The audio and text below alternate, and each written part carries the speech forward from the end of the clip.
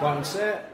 Camera rolling. Sound, the good, the bad, and the just plain standard. Take one. Salut.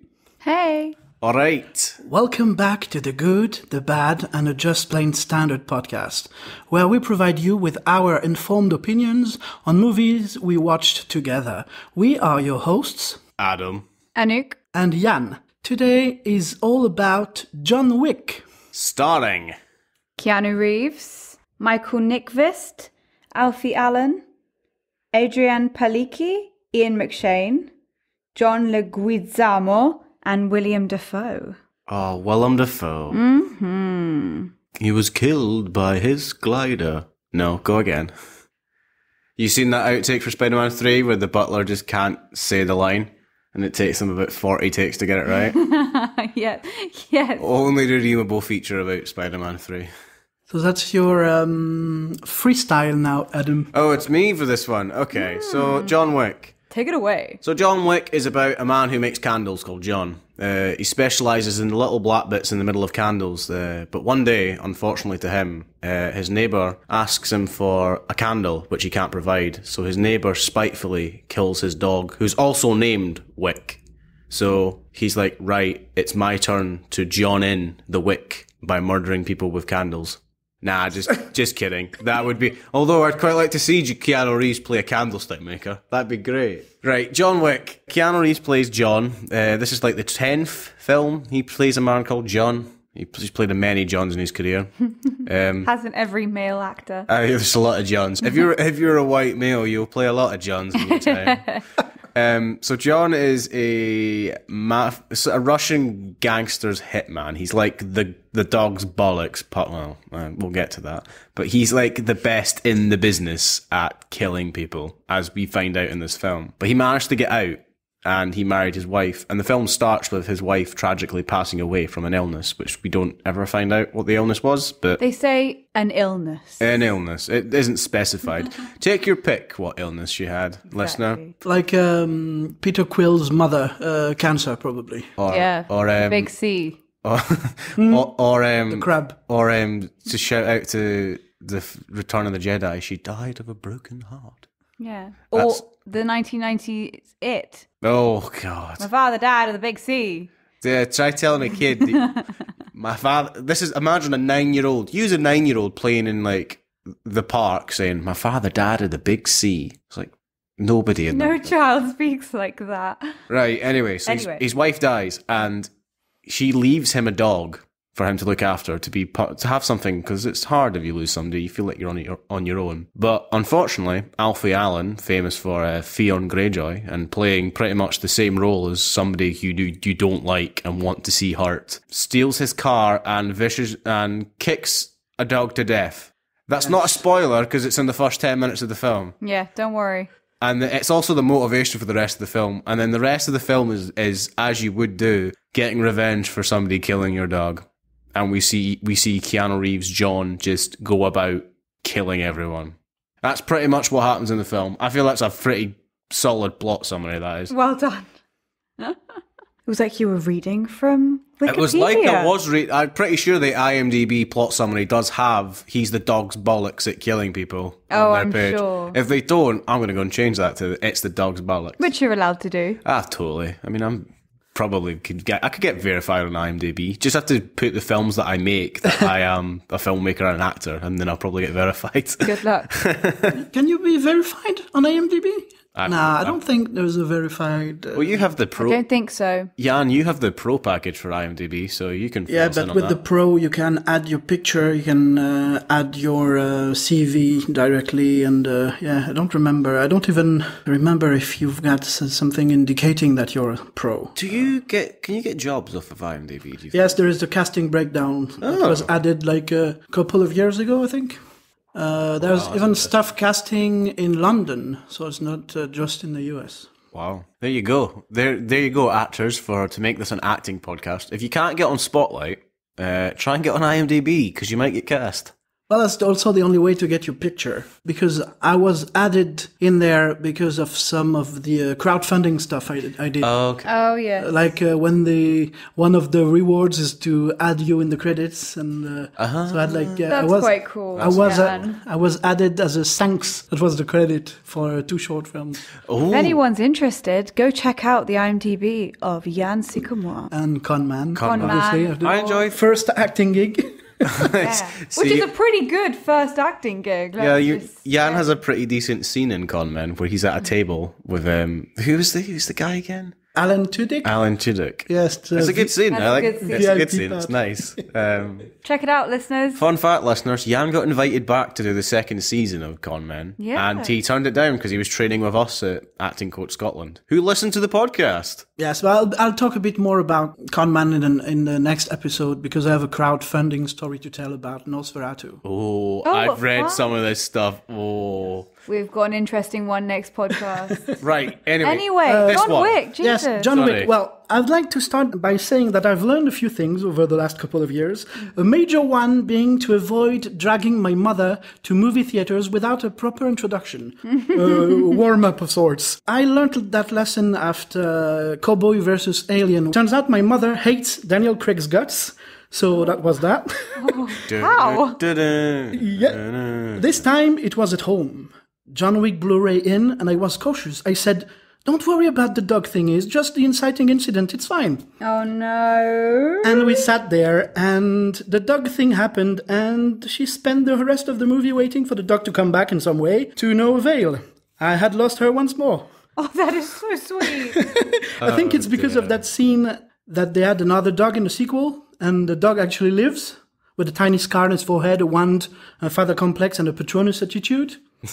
I mean, he does have another dog by the end of the film. Yes. But you know, my sister Sophie, my brother Mark, and I, we were brought up with German Shepherds from a very early age. So it's like 3 or 4 generations. So we're kind of sensitive to the animal conditions. Currently we have 3 Jack Russells, 2 German Shepherds, and by we I mean my parents. They have 4 at the vineyard, and my sister has 1 at her restaurant. She's the mascot of the restaurant. Oh, that's such a lovely idea. Little one-eyed warrior princess Lumpia, because she just has 1 eye now. Oh, bless. We need to get a mascot for Milk and a Wine Glass. So investing too much affection in one's pet may have devastating effects when said family member dies. My mom's like that with cats. Yes. So we're reviewing Alien as part of Horror Month, which we'll talk about in a couple of podcasts. So the whole way through Alien, my mom is like, "Oh, I hope the cat's okay." Which, to be fair, I was like that too. I'm like, of all the things in Alien, I thought was like, this is in major danger of getting eaten is the cat. But we'll come to that later on. But yeah, animals in movies are difficult. I mean, it's hard to keep an audience, especially if they've got a dog, if you kill a dog in a movie, you know? Yes, but then you've also got, the interest in what he does afterwards, like the revenge plot. And then so you're kind of invested in that a little bit, which I think probably kickstarts the movie. Like, oh, you're a bastard. I also want to kill you. Let me follow John Wick on his revenge for the dog as well. So, I mean, there are 2 sides to the story. Well, absolutely. If somebody killed my dog, I'd be like, right, you're getting it, mate. Right, Yeah. just you wait. I'll find you. John Wick you. I'll John Wick you. Oh yes, there is Dominic Westhew and Dominic West. Dominic West. Two tactics. Oh dear. I love a bit of Dominic. We should definitely ask Coach if we can add that to the tactics book. Yes, definitely. John Wick. A John Wick you. What do you think, Westbrook? We know you're listening now. Right, so apart from the dog, at the start of this movie, doesn't feel like the rest of this movie. If you get, like, the whole beginning sequence of him being with his wife and having flashbacks and, like, grieving, it's quite interesting, actually, for an action flick. Just because this is definitely an action flick. Yeah, and it's nice that they made him human. Yes. If you know what I mean. I think sometimes you're watching these films and it's like, is that all they are? These kind of stone cold killers. And it was quite nice to see someone who was also a stone cold killer and, you know, did everything by the book and stuff, but also had a family and like love and grief and feelings. For reference listeners, I don't know how many of you have suffered through Hitman's Bodyguard, but I only made it an hour and a half, maybe. Not even that. Maybe an hour. You walked out? Oh, absolutely. I walked out. No! So maybe one day, if we ever review this movie, if we do like a Samuel Jackson month, we'll have to do this one. We'll have to tie you to the chair so you stay and watch the whole thing. Dear. In the Fringe episode, you said like how we don't walk out of bad movies or plays. We're not standard ones, but you're not meant to walk out of any plays because that's not easy. Walk out of a play. No, even though me and Adam have actually done that too. We walked out of another show. We'll come to that. We'll come to that after this. But the reason I walked out of Hitman's Bodyguard, right, is because I knew we weren't going to review it, and I wasn't really. I was like, if I'm gonna go to the cinema and see a movie, the thing is, we all have the Cineworld Unlimited card, which is a fantastic thing to have, actually. I would recommend it to anyone. You pay a lump money each month and you can see as many films as you like. I think it's £18, is it? Something like that. Yeah. Yes. Public service announcement. We are not sponsored by anyone yet. We're not sponsored. Not yet. But if Cineworld want to give us a so you little know, plug Cineworld here, is an amazing, safe place for your family and friends. Have wonderless supplies of Coke, Sprite, Coke Zero, Coca-Cola, Diet, and there is 4DX and they only VIP, the only VIP cinema. Chairs move. The chairs move, and the service is supplied. Cineworld, Sublime. the world of cinema. There we go. There's an ad. we're in Glasgow. I can't believe we just did that. If ever you need actors, there's 3 right here that want to do a Cineworld advert. Right, for you. Hitman's Bodyguard. The point I was going to make. Sorry. The start of Hitman's Bodyguard, we're introduced to the character that Ryan Reynolds plays, which is like Deadpool, but not Deadpool. And they do this whole sequence of him going on a job. And it kind of sets up the tone of the movie. Whereas it doesn't work because you don't really care, and it's a little bit more exposition-y. I mean, it's the only decent bit in the movie I saw because it was done stylishly. But with John Wick, I liked this because you didn't know immediately where this film was going to go. Right. Do you know what I mean? Like, yeah. Well, yeah, also, and it's kind of a... Well, I don't know how you feel about name of the characters as titles. Like, it didn't work that well for John Carter. Oh, we'll do that someday. Yeah, we'll do. It turned out ugly, but yeah, we'll do an episode of Poor that. John. I really like the actor that played John. Carter. John Carter. He's good. He was in Friday Night Lights. Love that show. Who knows? Oh, God. Jack Reacher was nice. What was his name? It'll come to me at the end of the podcast. He also did season... Get back to Adam Dick on that. Yeah. Also, while we're doing these back to me, last podcast, we did a section, you might have heard the snippet, where we talk about Doric. The accent. So we chatted to Emma recently, and she told us that the male is not Quine, right? It's Quine and Loon is male and female. So I was wrong. Also, Ed Begley is not juror 8 or 3, he's juror 10. So there's my corrections for last week's podcast. 8 or 3. I think we should put this somewhere either at the end or the beginning of the podcast, because I think we've just talked for about 10 minutes about not John Wick. But just getting them out of the way. Well, I also have a correction then. Yes. Atomic Blonde related. Just saying, by the way, that John Wick's not actually that bad a movie. That's not why we're not talking about John Wick at the moment. It's because, you know, this is the style of our podcast. You know, we want you to be involved in a discussion. We're a movie it. Discussion podcast. Exactly. We like to go on tangents. We're human. You know, we want you to connect with us on a human level. Yeah. This is why we go off on tangents, because if you were at our dinner party, this is what it would be like. Nobody likes a conversation that just stays straight. Nobody loves a straight road, except Romans. No. Stop it. To see the enemy coming. So, something you might want to know is that the episode are recorded as is. We don't do that much editing, except for some uhs and ahs and stuff like that. And don't do recording afterwards to add stuff. So there may be some errata published from time to time when we get the facts wrong. Just like this thing we said in Atomic's Blonde episode. We said Charlize Theron was in the family drama monster movie Monsters, directed by the guy who did Godzilla in 2014. Actually, the guy who did Godzilla did Monsters in 2010 and very recently Rogue One. But Charlize Theron was in the 2003 movie Monster, where she's under heavy, uglifying makeup to look like the serial killer. Yeah. That monster was directed by Patty Jenkins, who incidentally just directed Wonder Woman.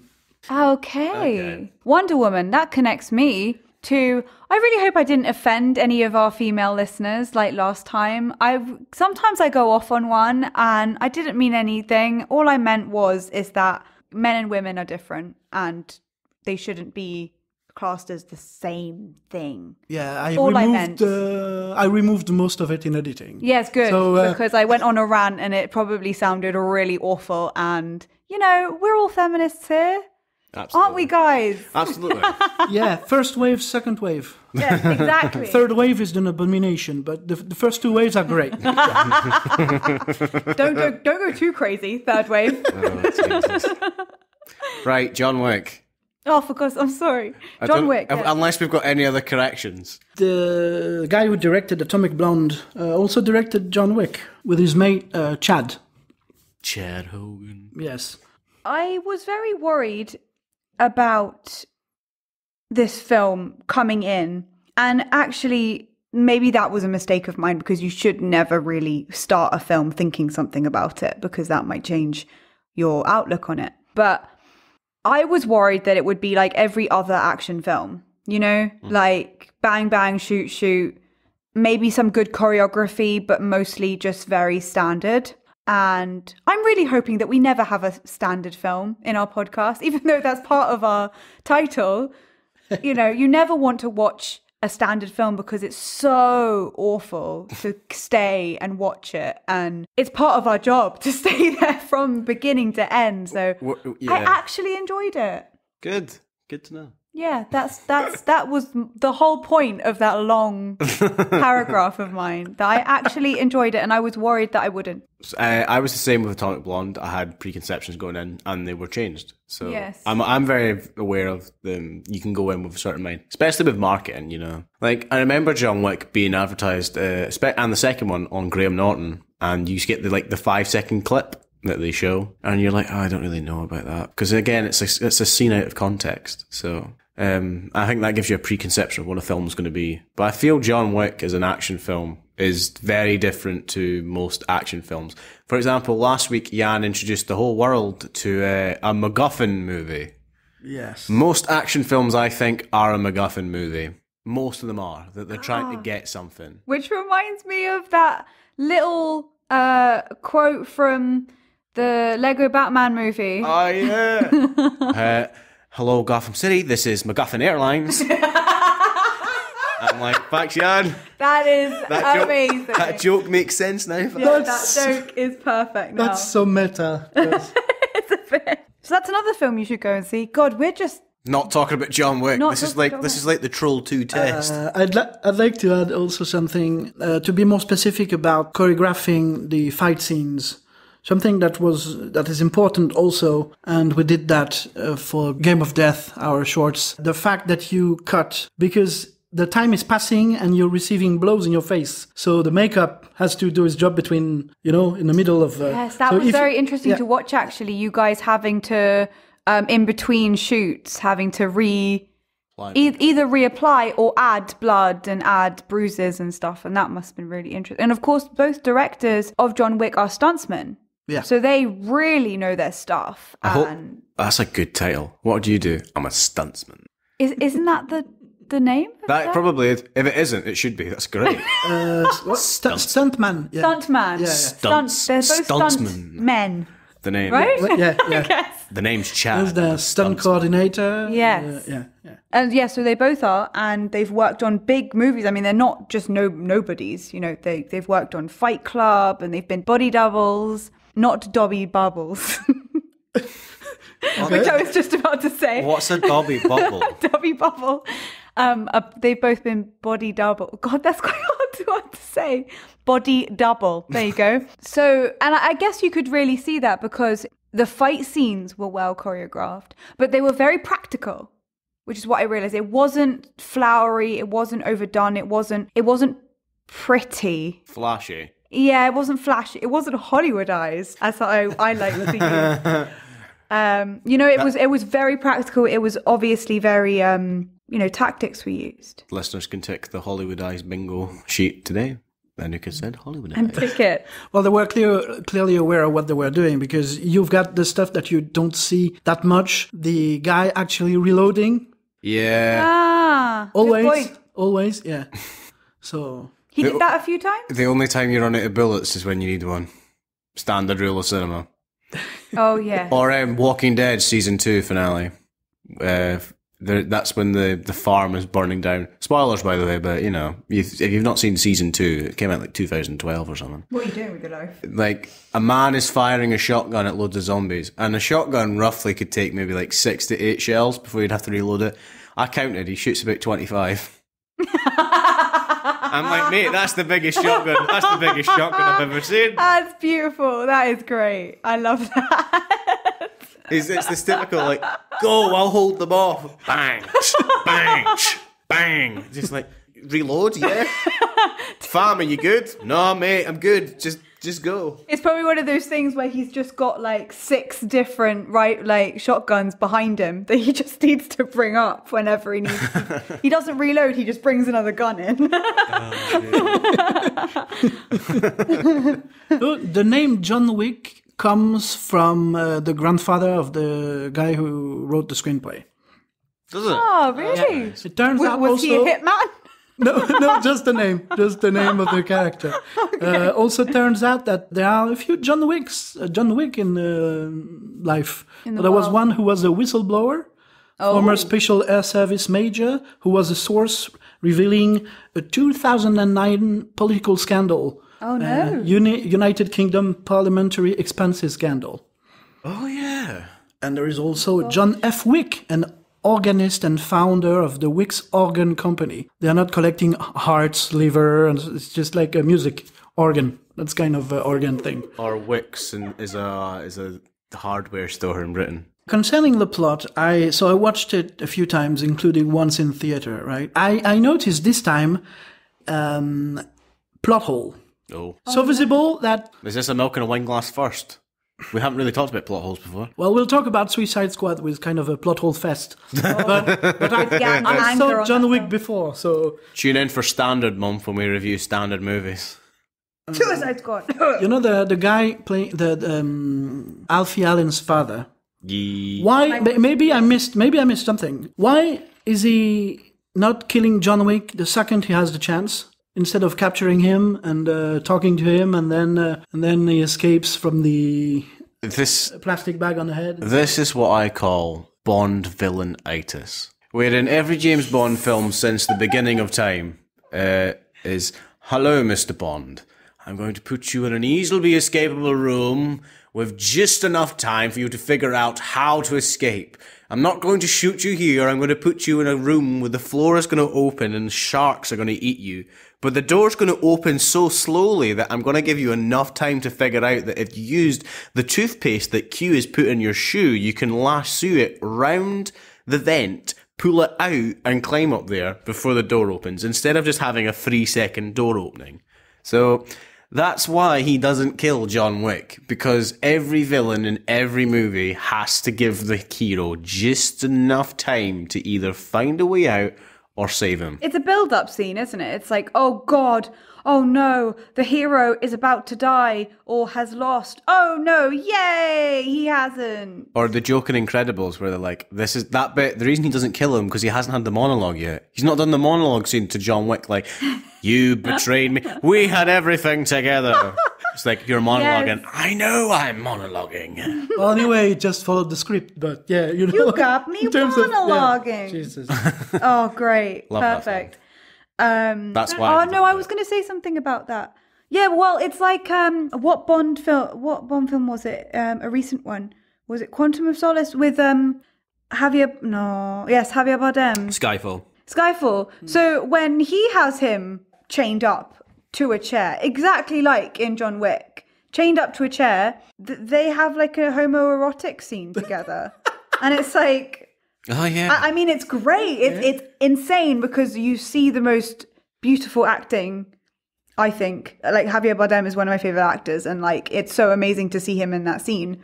On an actor's point of view, but obviously as a plot hole, it's so silly because it's like this guy you want to kill. Like, why are you touching him up? It's like the nuts scene in Casino Royale when he ties him to the chair and whacks him in the nuts with like a big sack. Oh, gee, it's like just kill him. You know, you've already tortured him. You're just hitting him in the nuts with that. That's Mick. Is it Mads? Mads Mikkelsen. Yeah. Yes. So that's the villain plot hole. Yeah, I agree. I didn't really notice that in this film. Yeah, he doesn't have a reason not to kill him unless he does. There's not any real love between the main villain and Alfie Allen's character, his son. No, there's no love. It's very creepy. It's almost like when he finds out that he made John Wick mad. He's like, well, you're gonna have to die now. Yeah. Sorry, son. And then gives him 2 punches. Yeah. Like, he punches beats him up. He beats him up like, why did you steal John Wick's car? Do you know who this man is? He's not the boogeyman. He's the man that you call to kill the boogeyman. Actually, in saying that, that's a good scene. The bit where he does the standard exposition of our main character. Because up to that point, John Wick, we haven't seen him in action. And it's just after this that we see him slaughter a house full of henchmen, right? That scene where he explains John Wick's history is really good, I thought.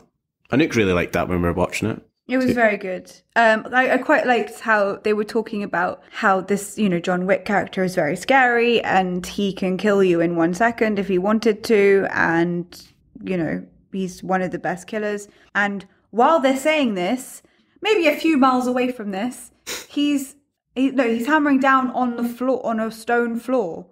To get to the guns that he's buried. Yeah, under concrete. Yes. And it's like, that's so funny because usually you have this intricate, like, behind my, I take a book down and it comes down and then, computer. Cue the bat signal. Yeah, exactly. Like all this kind of technological, but he's literally just taking a fucking hammer and just hammering down on the floor to then like, with his nails, like try and get all the rocks away and get to the gun. This is like, Jesus Christ. Yeah, the exposition was well managed because we don't get really to know what he was part of, this organization with who uses gold coins, and there is this hotel, neutral safe hotel thing. I feel that's a point on the script writing because this is an original story, right? It's not based off of anything, is it? It's a speculative script, yes, which is what I was about to come in the lingo segment. Oh, right. Yeah, okay. The difference between the speculative ones and the ones that are not speculative. Why don't we segue into that then? Yann. Let's take us through the man from 2 nationalities and languages. Take us through the lingo, my bilingual friend. Oh, so you've got, speculative scripts. So that's scripts that were not asked by anyone, but just written by a screenwriter and who tried to sell it at some point, and it worked. Or it doesn't work. But it's usually also original, so it does not come from any book, from any previous material. It may have been inspired, like Chad Stahelski cited The Good, the Bad, and the Ugly. You wanted to say they're just plain standard, didn't you? Point Blank, The Killer, and Le Cercle Rouge, which is a French movie. Oh, really? Yeah. We didn't get that from the actor. Sorry, that was so passive aggressive, wasn't it? Adam! That's French, is it? Sorry, Yann. We love you really, Yann. The Red Circle, because also the name of the club is the Red Circle, so that's also... Is it? That concept, man, the Red Circle, the story is a retired bad guy who gets pulled back in by unforeseen events, a bit like... John Wick. That was the thing I felt, that if this film had done well, that whole hotel sequence with Ian McShane, who's a fantastic actor, by the way. Yeah, it was Jason Isaac who was cast. Was it really? Yes, I was not able to find anything specific on internet, only in the trivia of IMDb. it said that, and investigating further, I've read a few times, okay, Jason Isaacs is joining John Wick. So it was involved for sure, but yeah, I don't know. Interesting. For listeners, Jason Isaacs' most famous role, well, most mainstream role, would be Lucius Malfoy in Harry Potter. Yes. Oh. Good actor. Good, strong actor. Yeah. What I was saying was that the whole hotel sequence kind of sets it up well for a sequel. You know what I mean? Like, they could expand on that if the film had done well. Yeah, and they do. Do they? I've not seen the second one yet. Mm-hmm. That's good. Because that was that was the most interesting part to me. The hotel and the whole coin thing. That was cool. What happens if you run out of coins? That would be a good John Wick movie. It's, the concept of the safe place, like, it reminded me a bit of Highlander. You know, they can't kill each other on holy grounds. Oh, yeah. Kind of stuff. And there is also another Keanu Reeves movie where there's that kind of stuff. Constantine. Papa Midnight's rule of neutrality in his club. Is that the Marvel? DC? No, the DC. Oh, Constantine, I don't remember. It can't be. I'm not sure. I can't be. Does he have wings? Because I'm sure that's the cover of Constantine. The guy's got wings. Yeah, here on his... yeah, I might not be. Forearms. Yeah, I'm not sure. Shout out to Lance Reddick as the hotel manager in John Wick. I just thought I should say that. He was good. I liked him. Because he was quite good. Yeah. Quite a subtle character and a small part, but I feel like, he did what he was supposed to be doing. Yeah. Yeah. There are a few things that I found out. And actually, Adam, this is the red shirt thing I think you should talk about. Oh, Yann, did you notice the Star Trek? Did you notice the Star Trek reference? Yes. Yeah, I noticed that too. Yes. Yann loves Star Trek, whole and through. I've never seen Star Trek. I've only seen the new movies. I've never seen the TV show. No. Either. We'll do a special. The main focus will be the new franchise, and we'll hopefully have some guests. Oh, exciting. Experts on the subject. Yes. So there's a scene in John Wick, which is arguably the best part of the film, actually, when John goes to a nightclub to try and kill Alfie Allen's character. And every guard that he kills is wearing like a red shirt, obviously like a going out outfit, like it's part of the club uniform. But it is quite funny to see just men wearing red shirts getting massacred. And why is that quite funny, Yann? I think that's because when they are going on away missions, all the lowest ranking people are in red shirts and they are killed. Is that right? Yeah. Yes. The only people... That's actually the only reference my dad ever talks about when he's watching the film. He'll go, there's a bunch of red shirts there, eh? It's like... For anyone not Scottish, I didn't understand He that. actually... right. Awesome. Spoiler warning for Game of Thrones fans. We're talking about season 7, episode 6, Beyond the Wall, right? In that episode, they take a couple of wildlings with them to try and capture a White Walker. And they all get killed. And my dad's like, well, it was a good job they took all the red shirts, eh? I'm like, yeah, it was, Dad, wasn't it? It's like, they only killed the extras. Well, there was no danger, was there? I'm like, yep. That's how it works. My dad doesn't actually sound like that. But He does a bit. It does a bit, but... Yeah, but the color of shirts evolved throughout the series, and it's a whole... Well, we'll talk about stuff.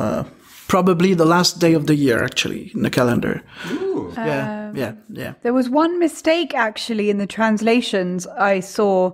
Basically, when John Wick puts the gun to one of the suits' heads, saying, oh, you've lost weight, and he says 60 pounds. He says 44 pounds in Russian, but the English translation is 60 pounds, so... Doesn't he say kilos? Does he say 60?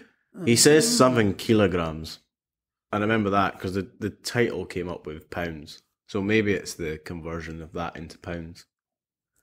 No, because whatever he said came up as 44 kilos then, but actually he'd lost... The English translation wasn't what he said in Russian, Okay. basically. If I got the numbers wrong, then that's my bad. But then you're off the podcast. I definitely know that the English and the Russian was... Apparently there's Hungarian in it as well somewhere. I don't know who was Hungarian. I don't know Hungarian. No, I guessed that. Yes. What do you feel about the inappropriate gender bending that happened?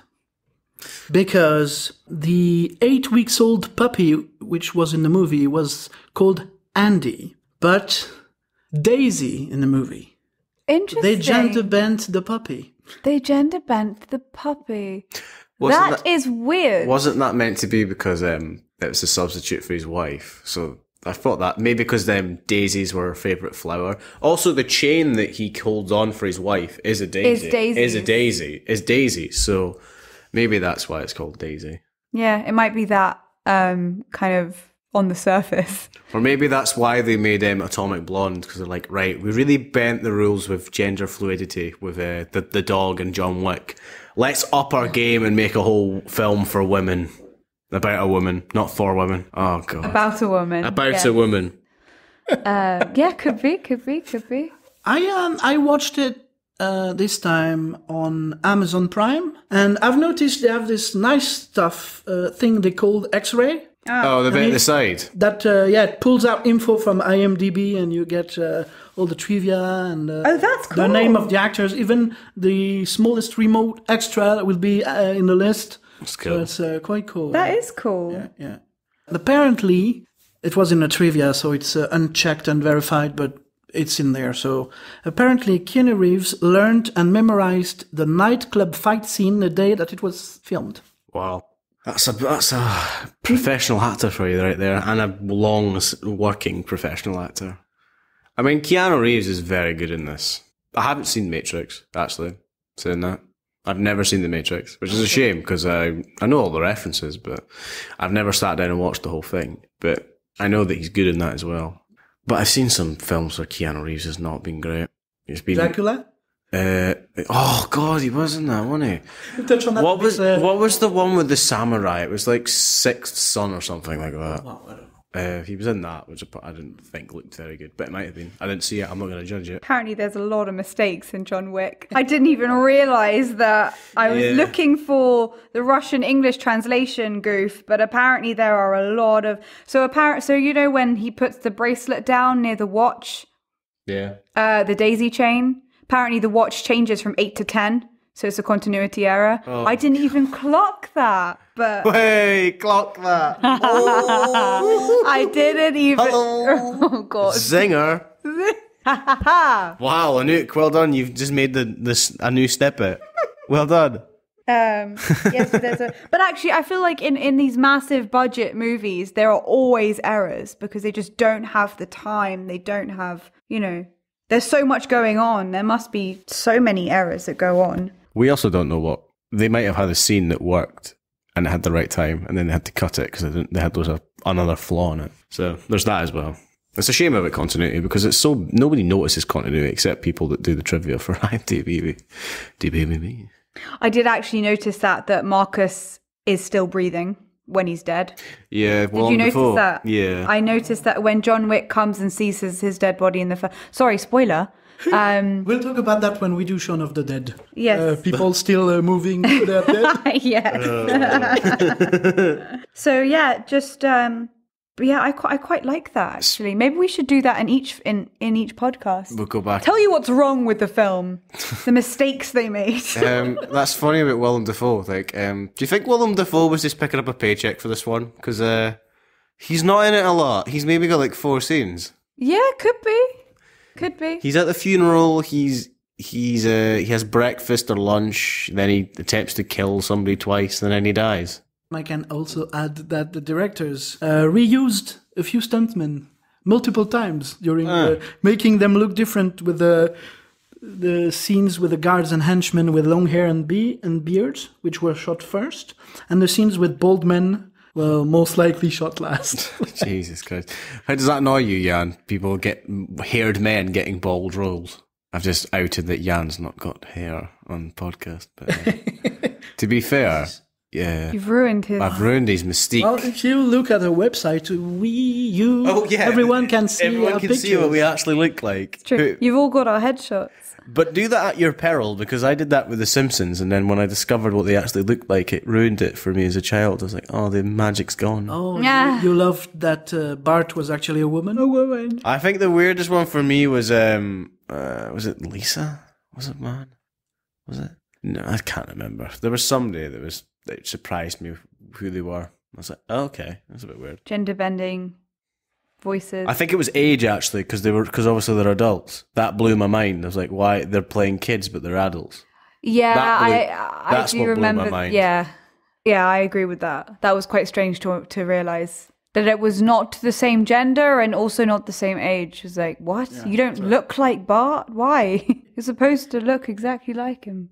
I'll tell you what my problem is with John Wick. Yes, please do. Yes. Because Anouk said at the start of this podcast, I want to watch a standard movie one day. And to me, John Wick is the first for me. You think it's a standard movie?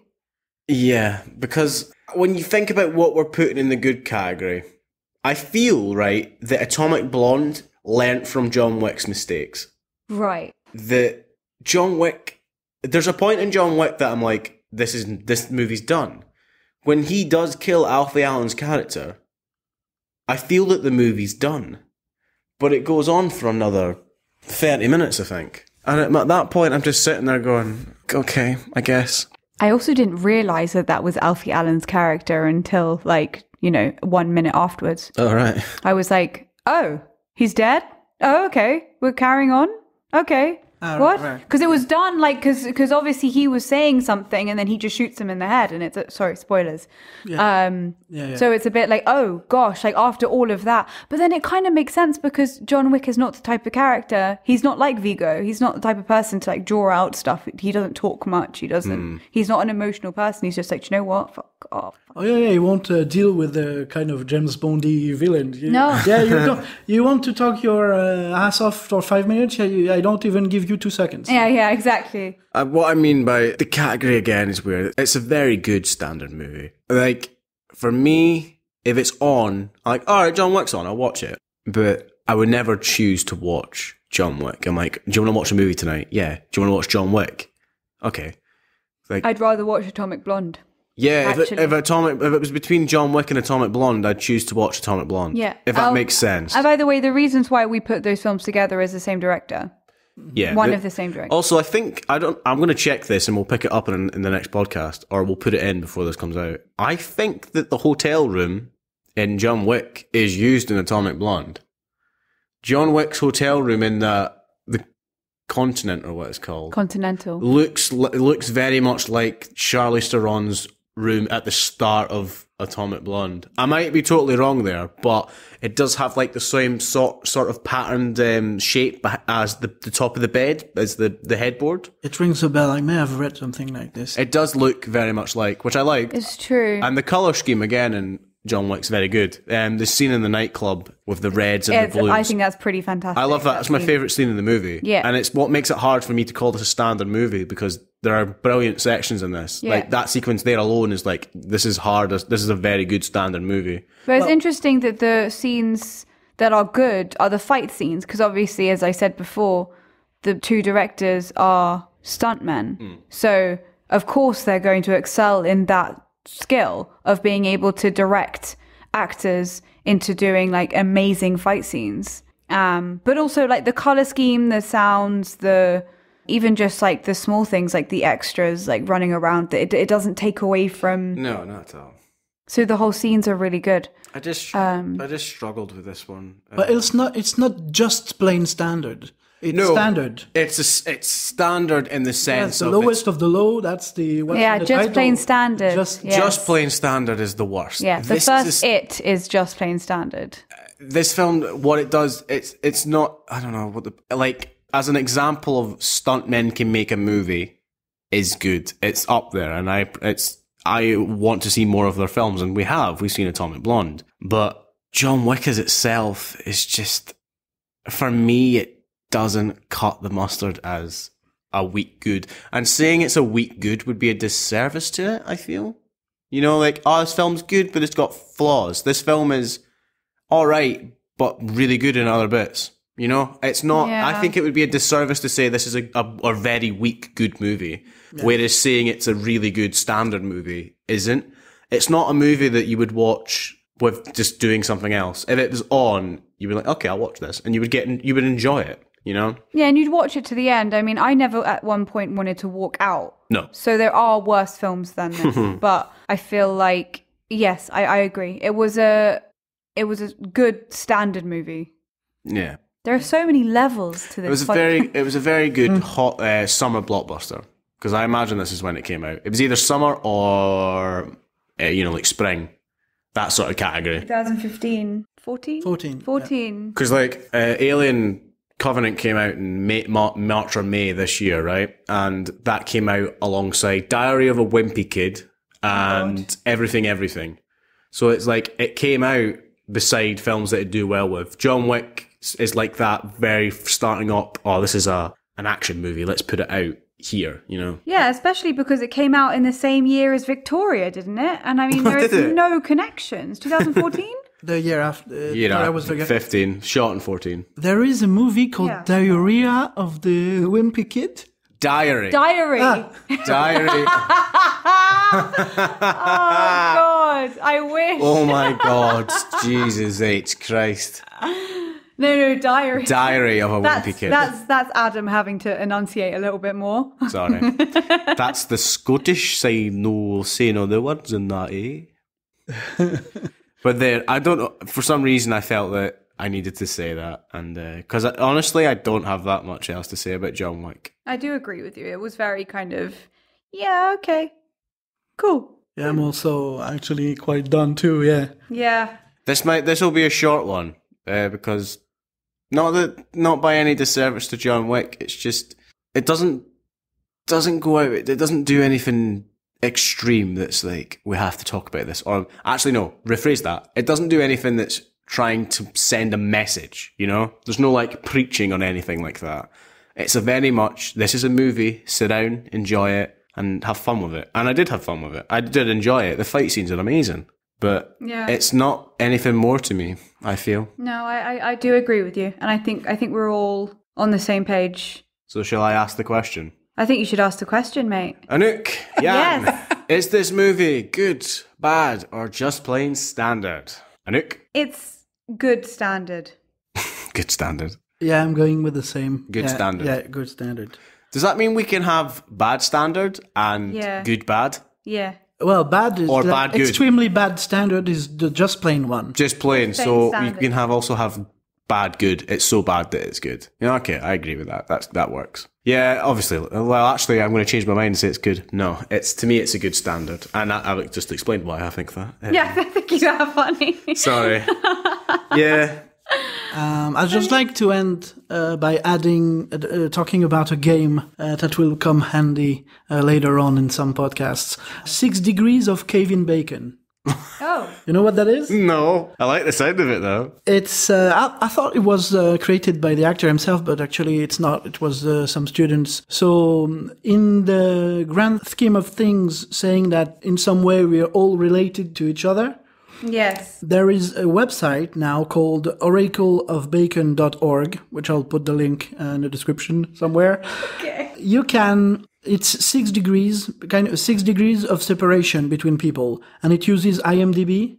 Okay. So thanks to Conman, now I'm related to Al Pacino in a degree of 2, for instance, or something like that. That's awesome. So That's great. I had quite some fun playing with that tool last year. Oh, Thank you. yes.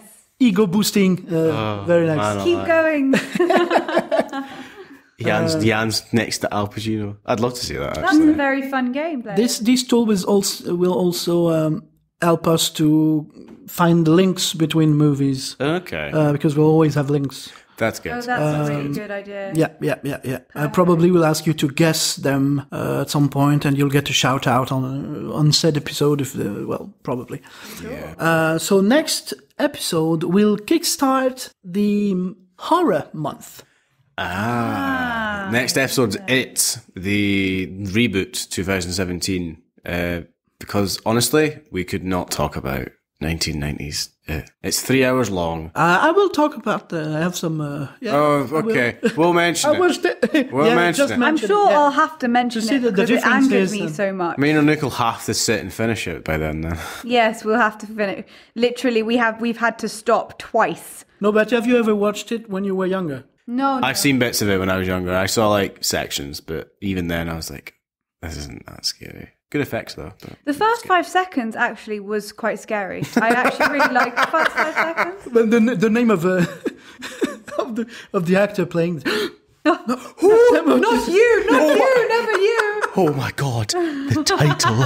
No, I mean the girl on the bicycle disappearing. Oh yeah, right, the girl. Yeah, I thought that was quite scary because and then you watch her body go into an. I mean, it's pretty. This is a kid we're talking about. Like, spooky. Yeah, it is. It really is. And I'd never seen it that stark before. Like he just killed a child. Like so. Anyway, this is a completely different film. But thanks for listening to the quite brief. This might actually be shorter than Victoria was. This episode. Yeah. Maybe a bit longer. Yeah, I don't know. The setting is different, so now the recording device is a bit farther. I can't see the time. We might put another one out the week this comes out, maybe. Maybe put like Shaun of the Dead or something out. Yeah?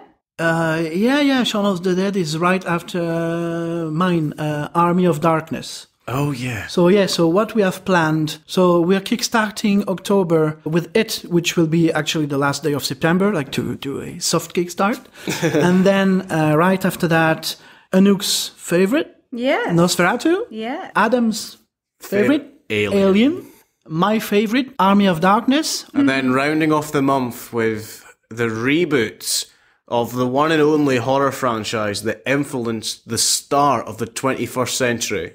So, I cannot wait. I'm either going to be so angry that it's going to be a one-man podcast of me just ranting, or I'm going to be all gushing with this one. Because, oh boy, I love that series. Well, thank you for listening. Thank you. Thank you. This was Yann. Anouk. And Adam. Bye-bye. Bye.